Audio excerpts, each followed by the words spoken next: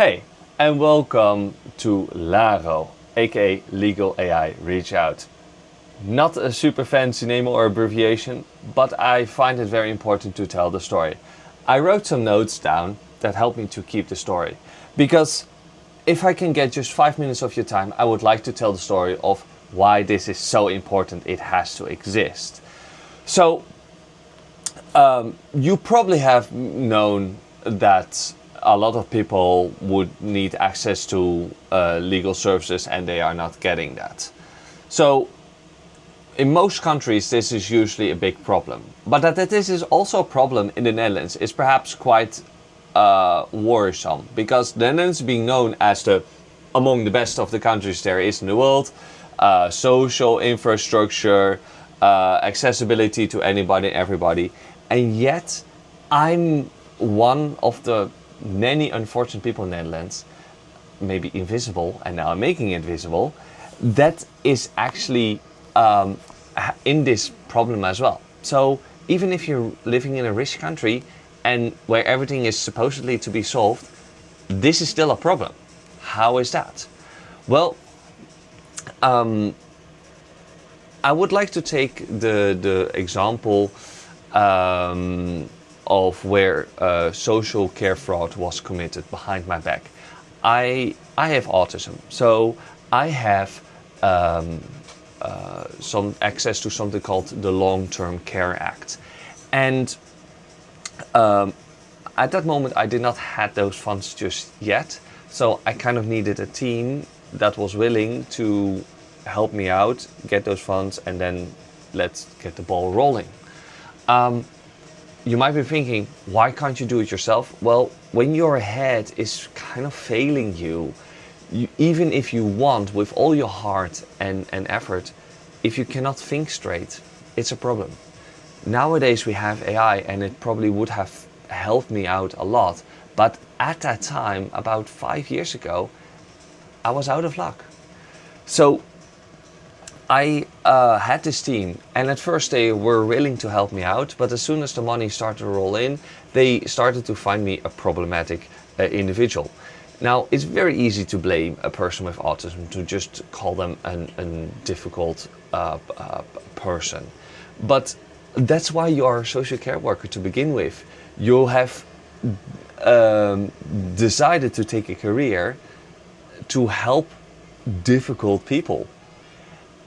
And what's problematic is, in my case, they committed crimes behind my back, because I was responsible for the long-term care budget, which is all fine and dandy, and they have to provide me with the evidence and the proof they made the hours and what the hours were about, yada yada yada, so I can become responsible for when I have to give them to the authorities that provide money.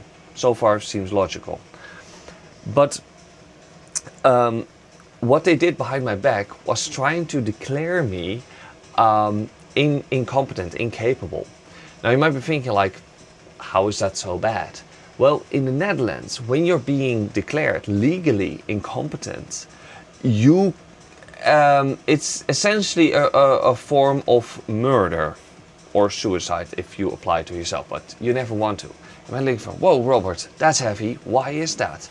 Well, in the Netherlands, we find it very important that everybody has the right to think and say what they want, and therefore have the authority to make these decisions. When you take these authority away, that you cannot make decisions about yourself, about your life whatsoever, you're essentially being downgraded from a first-class citizen to a second or third-class citizen in that case. The dog of a first-class citizen might even get to the point of having more decision power than the human itself. So the pretext was that they found me a very difficult person because I did not want to play ball with the social care workers. I wanted the things in my way, and I had very good reasons why to do so. And they were not having any of it, and instead of being professional about it, and they wanted to, and they say, Robert, I can't help you, you have to find somebody else. Instead, they tried behind my back to put in official documentation to make authorities move to the point that I was incapable of, or incompetent rather, and therefore my right to decide about my own life should have been revoked. This has actually been passed on to two official government bodies, and this is considered fraud in the papers because it was not true. In addition, they are not psychiatrists, so they are not even allowed to make this kind of decisions or statements to begin with. Anyway, on top of all of that, they still wanted to be paid for this. But it put me in a very difficult spot because I now knew they had spent money from the public domain, from the taxpayer, on stuff that by law is not allowed, that healthcare money, of taxpayer money, is being paid towards that.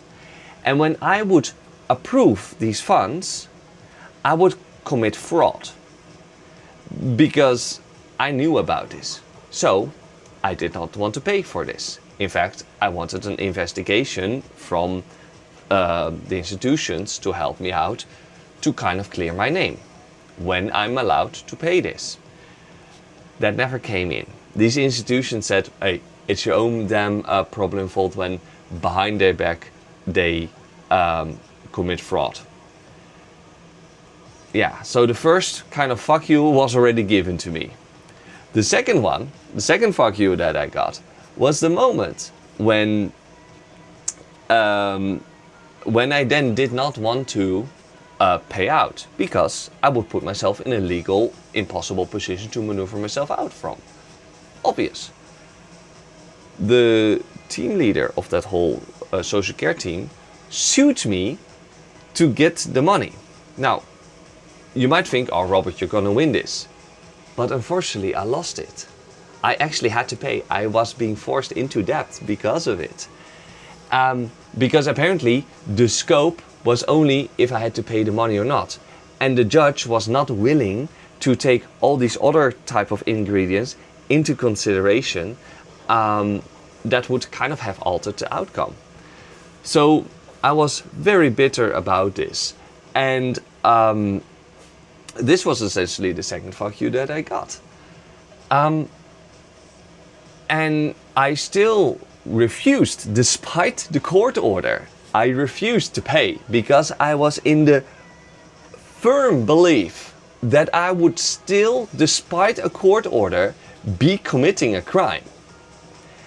And I actually tried to get it higher up in the court, but I could not because I was forced to have a lawyer at that point. And I could not get a lawyer. I could not find a lawyer. Now, you go to a database here in order to find a lawyer and reach out to them. But I had to hire virtual assistants to do that for me because it was such a time-consuming process. And out of about every 100 lawyers, only give or take 10 or so even bothered to reply. Not just a rejection, no, just reply at all. And from those 10, on average about 0.3 of them only eventually said yes. Meaning I had to reach out to about 300 lawyers in order to just get one yes. You might be thinking this is normal.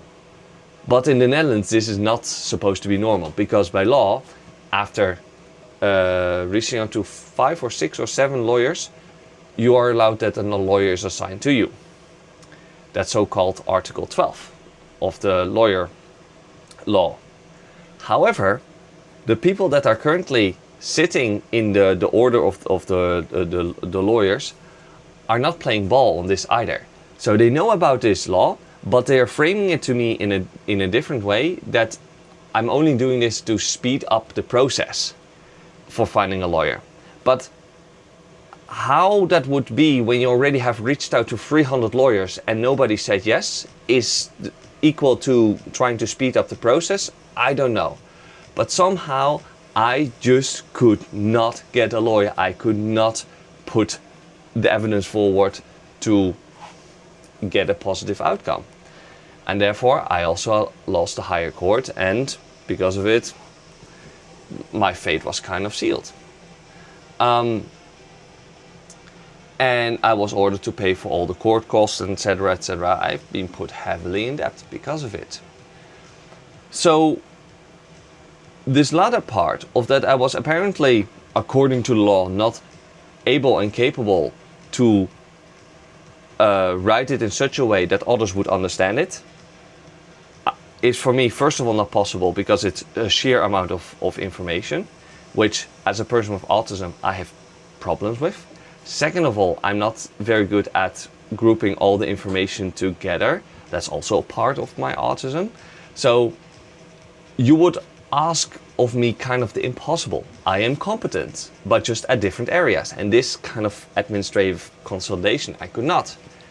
Funnily enough, now I have AI with it. I just dump in all the evidence in it, and it creates a fantastic timeline and going through all the legal sources, and to write a very good,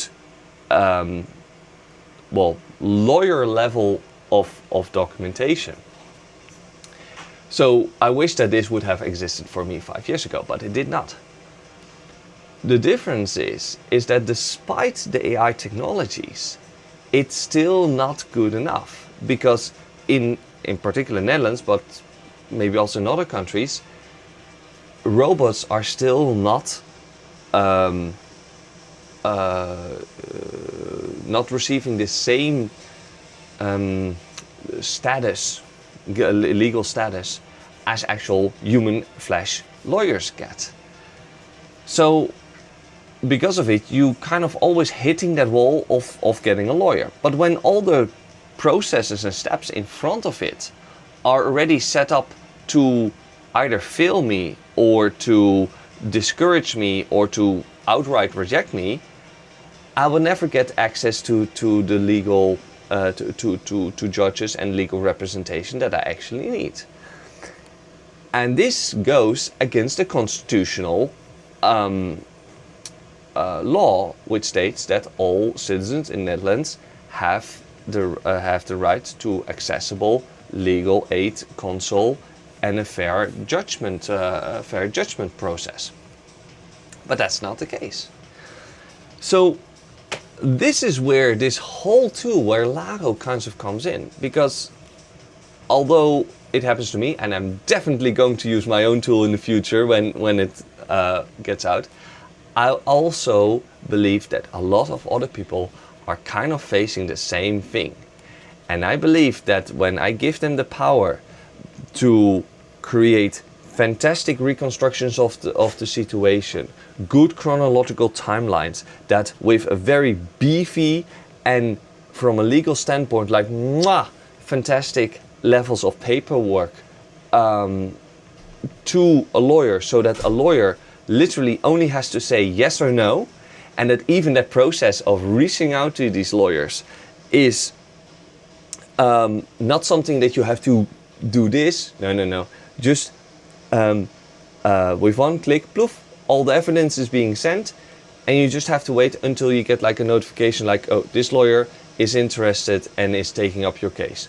Done deal, click.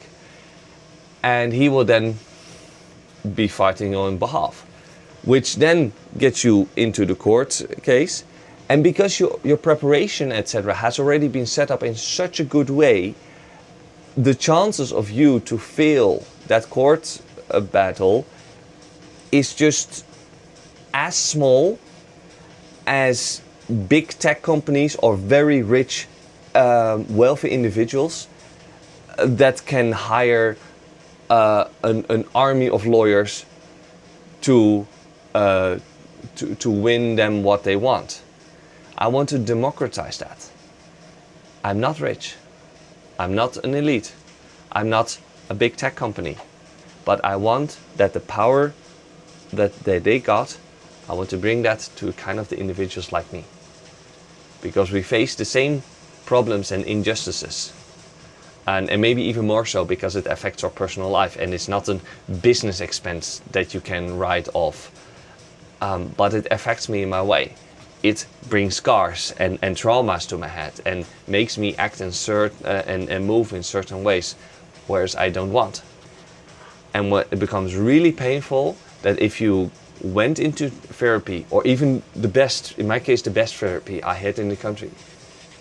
And when I did that, despite the current medical scientific knowledge that exists for getting rid of traumas,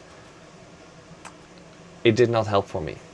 So I'm kind of declared that I cannot be cured from this, that therapy does not help. Well, then bravery really sinks into your shoes and you're not getting out of that anymore. So that's where my personal mission and driven comes in, because I cannot stand this kind of injustice. It has to be changed, and I want to fight it with computing power, because I believe that that is, for civilians at least, the way to move forward and to make the justice system work for everybody. Alright, thank you for watching. I hope you like it. Became a little bit longer of a video, but now you know where it comes from and why I built this, what I did. Thank you. See you next time. Bye bye.